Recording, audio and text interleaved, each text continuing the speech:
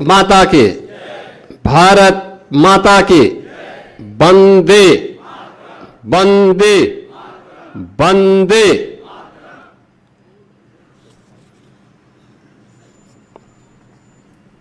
गोरखपुर, बस्ती और आजमगढ़ 3 मंडल की इस खरीफ की कृषि की यह जो विशेष गोष्ठी होती है, इस गोष्ठी में उपस्थित उत्तर प्रदेश सरकार में कृषि और कृषि शिक्षा के मंत्री, जिनका योग्य मार्गदर्शन आपको प्राप्त हो रहा था, ऐसे सूर्य प्रताप शाही जी, गोरखपुर के लोकप्रिय सांसद श्री रविकिशन शुक्ला जी, विधान परिषद सदस्य डॉक्टर धर्मेंद्र सिंह जी, महापौर डॉक्टर मंगलेश श्रीवास्तव जी, महिला आयोग की उपाध्यक्ष श्रीमती चारू चौधरी जी, कृषि उत्पादन आयुक्त श्री दीपक कुमार जी, उद्यान, पशुधन और अन्य विभिन्न विभागों के हमारे सभी कृषि विभाग के हमारे अधिकारीगण,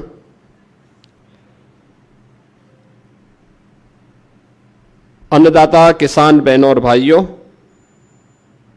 मैं सबसे पहले इस खरीफ गोष्ठी में आप सबका मैं हृदय से स्वागत करता हूं, अभिनंदन करता हूं। मैं विशेष रूप से पिछले 12 वर्ष में प्रधानमंत्री मोदी जी के एक यशस्वी नेतृत्व में खेती और किसानी के क्षेत्र में जो परिवर्तन हुआ है, उसके कारण अन्नदाता किसानों के जीवन में हुए परिवर्तन और अन्नदाता किसान भी समाज और राष्ट्र की मुख्य धारा के साथ जुड़ते हुए आत्मनिर्भरता के लक्ष्य को प्राप्त कर रहे हैं, ये सब देख करके सुखद अनुभूति होती है।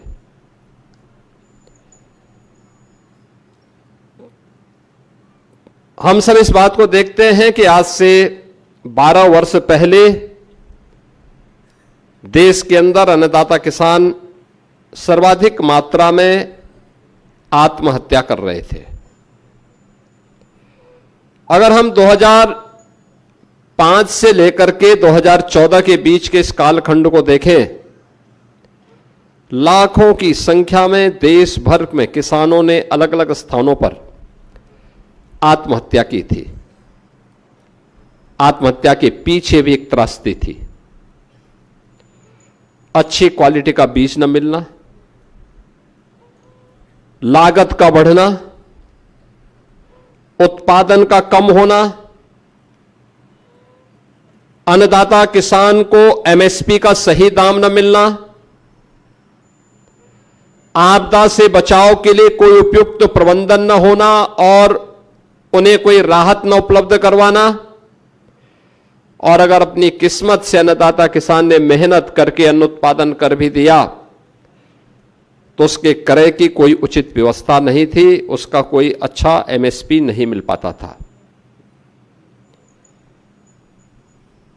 स्वतंत्र भारत में पहली बार हुआ है जब अन्नदाता किसान को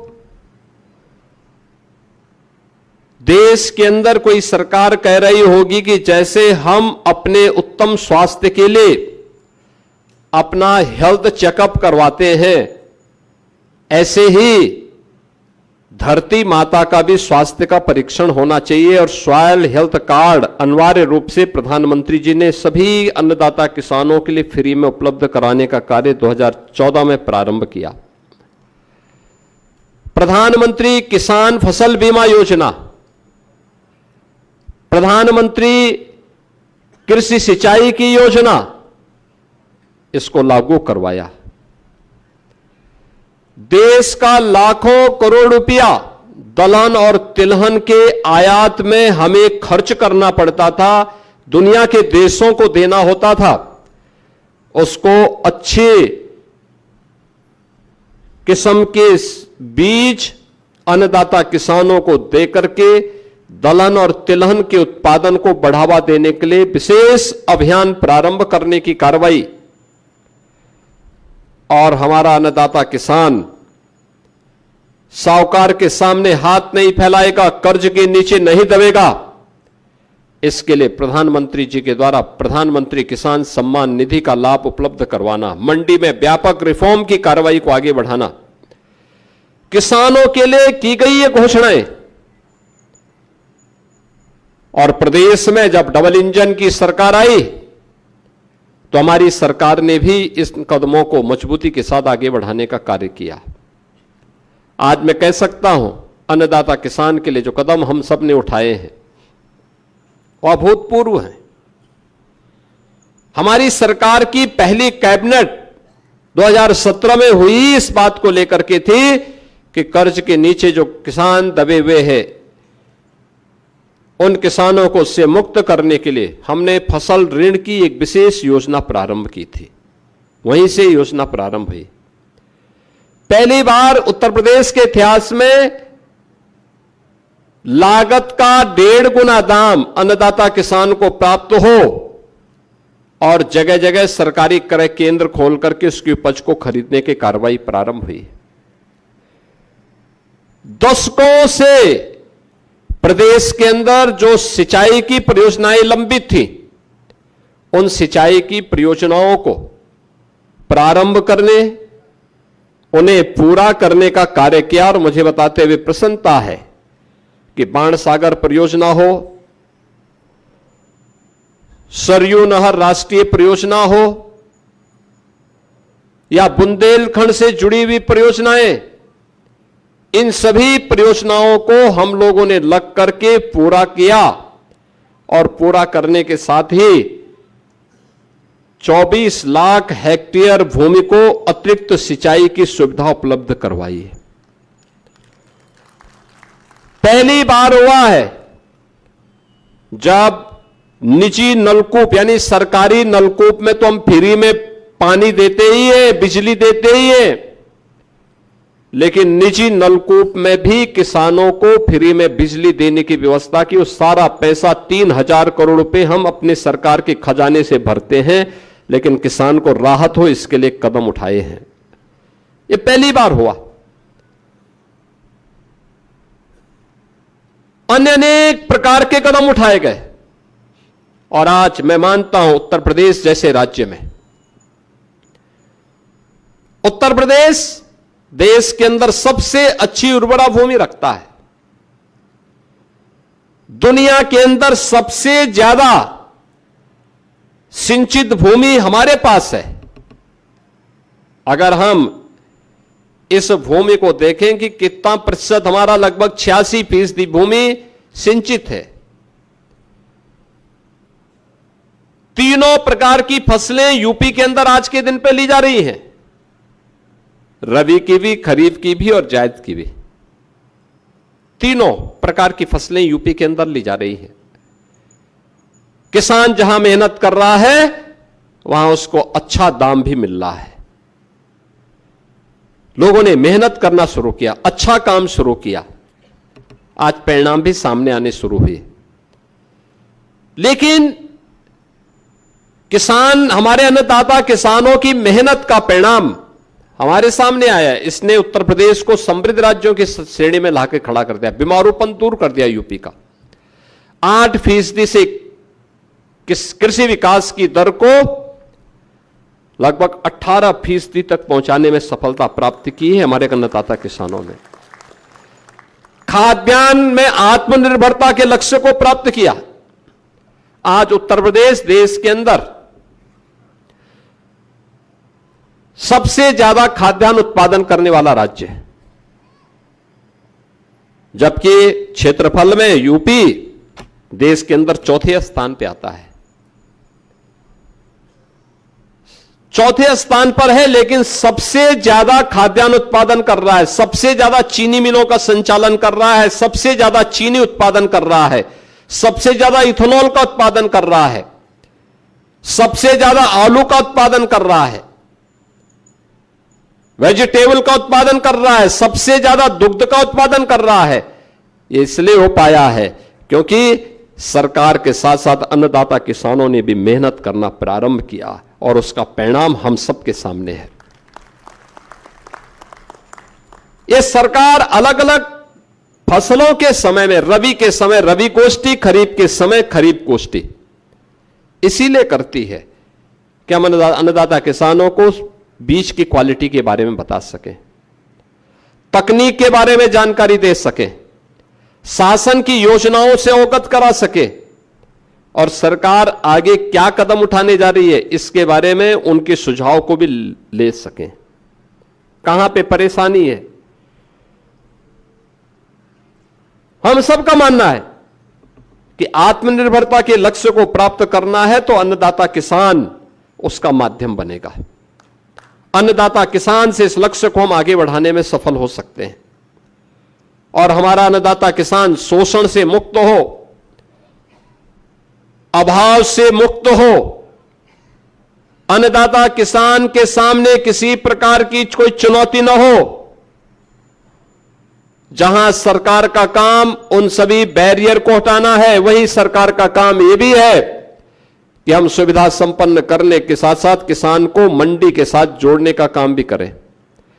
अच्छा सीड उसे उपलब्ध हो सके, समय पे जो भी उसकी आवश्यकताओं की पूर्ति करने में सहायक हो सके। और आज उत्तर प्रदेश जैसे राज्य में सफलतापूर्वक संभव हो पा रहा है। इस संभव का ही परिणाम है कि देश के अंदर लगभग 11% भूमि में हम 21% खाद्यान्न उत्पादन कर रहे हैं। यानी भारत की कुल कृषि उत्पादन की, कृषि योग्य भूमि की केवल 11% यूपी के पास है। आबादी 16 से 17% है, लेकिन खाद्यान्न हम इसी भूमि में उत्पादन कर रहे हैं 21% खाद्यान्न का उत्पादन हमारा अन्नदाता किसान पैदा कर रहा है। तमाम खाद्यान्न में, वेजिटेबल्स में, औद्यानिक फसलों में उत्तर प्रदेश आज देश को लीड कर रहा है। लेकिन इन सब के बावजूद हमारे सामने चुनौतियां भी हैं और मुझे लगता है देश के अंदर कमोबेश बहुत कम ऐसे राज्य होंगे जिन्होंने किसान के साथ साथ किसान के जो सह किसान हैं, बटाईदार, उनको भी और उनके परिवार के सदस्यों को भी किसी भी आपदा में, हादसे का शिकार होने पर मुख्यमंत्री कृषक दुर्घटना बीमा योजना से कवर करने का काम किया। हर वर्ष 1000 करोड़ रुपए हम खर्च करते हैं। कोई किसान किसी आपदा की चपेट में आ गया, अतिवृष्टि से, अनावृष्टि, किसी लू से, किसी आकाशीय बिजली का शिकार हो गया, वन्य जीवों के संघर्ष में शिकार हो गया, 5 लाख रुपए की सहायता अगले 24 घंटे के अंदर उस परिवार को उपलब्ध करवाने का कार्य सरकार करती है। देश के अंदर अन्य राज्यों में नहीं, हम यूपी के अंदर उपलब्ध करवा रहे हैं। लागत का 1.5 गुना दाम हम अन्नदाता किसान को उपलब्ध करवा रहे हैं। हर प्रकार की सुविधाएं उपलब्ध करवाने के लिए सरकार पूरी प्रतिबद्धता के साथ काम कर रही है, लेकिन हमारे सामने चुनौतियां भी हैं। अच्छा बीज मिले, इसके लिए पूर्व प्रधानमंत्री भारत रत्न चौधरी चरण सिंह जी के नाम पर लखनऊ में सीड पार्क का भी निर्माण किया जा रहा है। कुशीनगर में कृषि और प्रौद्योगिकी विश्वविद्यालय का निर्माण किया जा रहा है। कृषि विज्ञान केंद्र आज किसानों को उत्तम तकनीक देने और बीज की क्वालिटी के बारे में जानकारी के एक माध्यम बने हैं। इस सब के बावजूद बहुत कुछ किए जाने की आवश्यकता है। मेरा मानना है जितना हमने अपना उत्पादन बढ़ाया है, इस उत्पादन में अभी लगभग 3 गुना और हम वृद्धि कर सकते हैं। हमें बीज की क्वालिटी को देखना होगा, तकनीक को अपनाना पड़ेगा और समय पे खेती बाड़ी को और फसल चक्र को अपनाना पड़ेगा। उत्पादन अपने आप बढ़ता हुआ दिखाई देगा और इसीलिए आज मैं आपके पास आया हूं आपसे कहने के लिए हम उस दिशा में कार्य अपना प्रारंभ करें। ये चुनौती है सबसे पहली, खेत में सही बीज किसान को प्राप्त हो।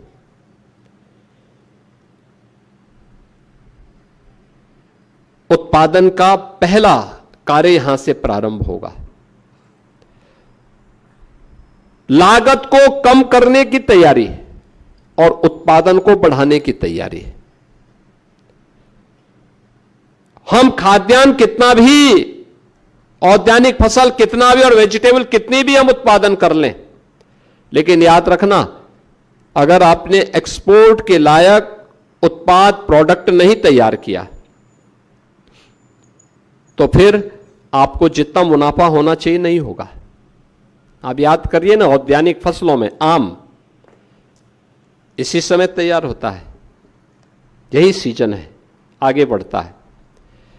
जुलाई में एक्सपोर्ट हो सकता था, लेकिन उसकी क्वालिटी पहले दिन से तय करनी पड़ेगी। जिस आम का दाम यहां 40 रुपए 50 रुपए मिलेगा, वही आम अगर यूरोप के देशों में जाएगा, अमेरिका में जाएगा या दुनिया के तमाम अन्य देशों में जाएगा, वही आम 800 से 1000 रुपया दाम आपको दे देता है। कार्गो का दाम कितना भी लागत आएगी, वो मुश्किल से 150-200 रुपए तक पड़ेगी। तो भी तो अगर 800 रुपए मिलता तो भी तो 600 रुपए का आपके 1 किलो में बचते हैं। लेकिन वो क्वालिटी देखना, उसको बनाना, इसके लिए उस तकनीक की जानकारी दी जाती है। सरकार ने अपने स्तर पर कुछ केंद्र इसके लिए विकसित किए हैं, कार्गो के सेंटर भी विकसित किए हैं, कर भी रही है।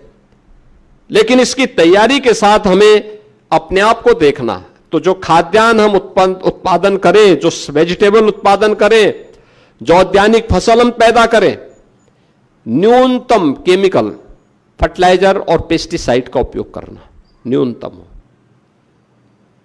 उन मानकों पर खरा उतर सके जो निर्यात करने लायक भी हो।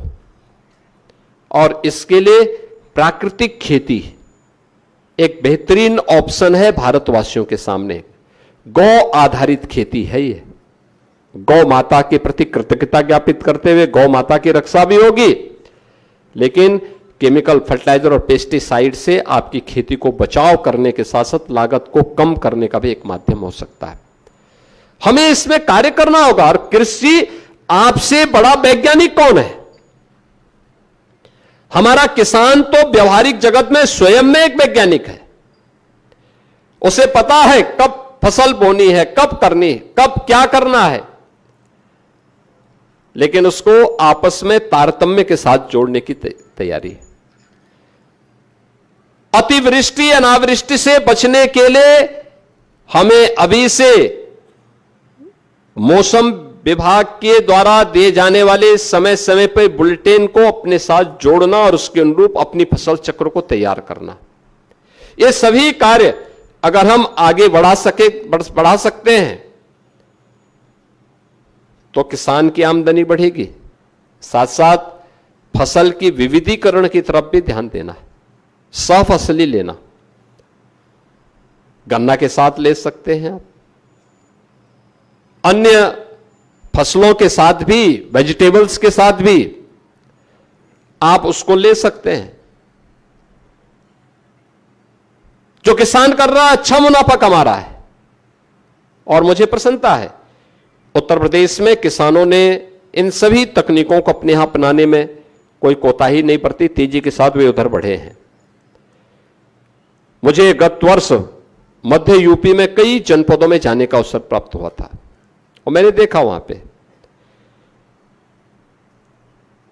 का अन्नदाता किसान जैसे ही गेहूं की फसल अपने काटा, वह तत्काल उसने अपने खेत में मक्का की खेती प्रारंभ कर दी। और मैंने स्वयं कृषि मंत्री जी ने उन खेतों में जाकर के देखा। हम लोगों ने जब उन किसानों से पूछा भी इससे कोई मुनाफा हुआ, उन्होंने कहा हाँ साहब, प्रति एकड़ 1 लाख रुपए की बचत उनको हो रही है। 1 लाख रुपए प्रति एकड़। यानी पहले यूपी में सिंचाई की सुविधा नहीं थी, सुरक्षा की व्यवस्था नहीं थी, क्रय केंद्र नहीं थे, सरकार की कोई सुविधा नहीं मिलती थी, तो वही किसान एक फसल 2 फसल बामुश्किल बोता था, अच्छे बीज भी नहीं मिल पाते थे। आज वही किसान अपने खेत में 3-3 फसल ले रहा है, अच्छा मुनाफा कमा रहा है, अच्छी दिशा में आगे बढ़ा है, बिना कुछ टैक्स बढ़ाए, बिना टैक्स बढ़ाए हम लोगों ने प्रदेश के अंदर किसान को कई अच्छा पैसा एमएसपी के माध्यम से देना प्रारंभ किया। गन्ना किसानों के बारे में शाही जी बता रहे थे ना कि 2016-17 में 300 रुपए था, आज हम प्रति क्विंटल 400 रुपया किसान को दे रहे हैं, 400 रुपया। यानी ये चीजें दिखाती है कि सरकार लगातार इस दिशा में कार्य कर रही है और हम सभी लोग मिलकर के इसमें अगर सहयोग कर लें, तकनीक को समय पे उत्पाद अपना ले, अच्छी क्वालिटी के बीज अपना ले, केमिकल फर्टिलाइजर और पेस्टिसाइड को न्यूनतम स्तर पर लाने और उसको प्राकृतिक खेती की तरफ ले जाने का कार्य करेंगे तो उसका बेहतरीन लाभ हम सबको प्राप्त होगा। आज के इस अवसर पर खरीफ गोष्ठी इस फसल के दृष्टि से बहुत महत्वपूर्ण है और ये सौभाग्य की बात है कि यूपी में तीनों प्रकार की फसल को यूपी का किसान यहां व्यापक पैमाने पे उत्पादन करने का काम करता है। ये खरीफ की गोष्ठी खरीफ की फसल की चुनौतियों के बारे में, हमें तकनीक का उपयोग करते हुए, फसल चक्र को ध्यान में रखते हुए जो भी परिस्थिति आपके सामने आती है उसका मुकाबला हम कैसे कर सकते हैं, क्योंकि इस बार मानसून औसत से कम दिखाया जा रहा है। हमारी रणनीति क्या होनी चाहिए? खरीफ गोष्ठी उसमें आपको एक गाइडेंस का काम कर सकता है, सही दिशा देने का काम कर सकता है। इस विश्वास के साथ मैं आज के इस अवसर पर इस खरीफ गोष्ठी में आए हुए आप सभी अन्नदाता किसानों का मैं प्रदेश सरकार की ओर से हृदय से स्वागत करता हूं, अभिनंदन करता हूं। कृषि मंत्री जी और उनकी पूरी टीम को गोरखपुर में 3 मंडलों की इस खरीफ गोष्ठी के लिए हृदय से धन्यवाद भी देता हूं और विश्वास करता हूं कि आत्मनिर्भर और विकसित भारत के लिए आत्मनिर्भर और विकसित खेती किसानी ये आज की आवश्यकता है और चुनौतियों के समय भी हमारा अन्नदाता किसान अपनी खेती बाड़ी से अपने आप को बाहर नहीं किया था।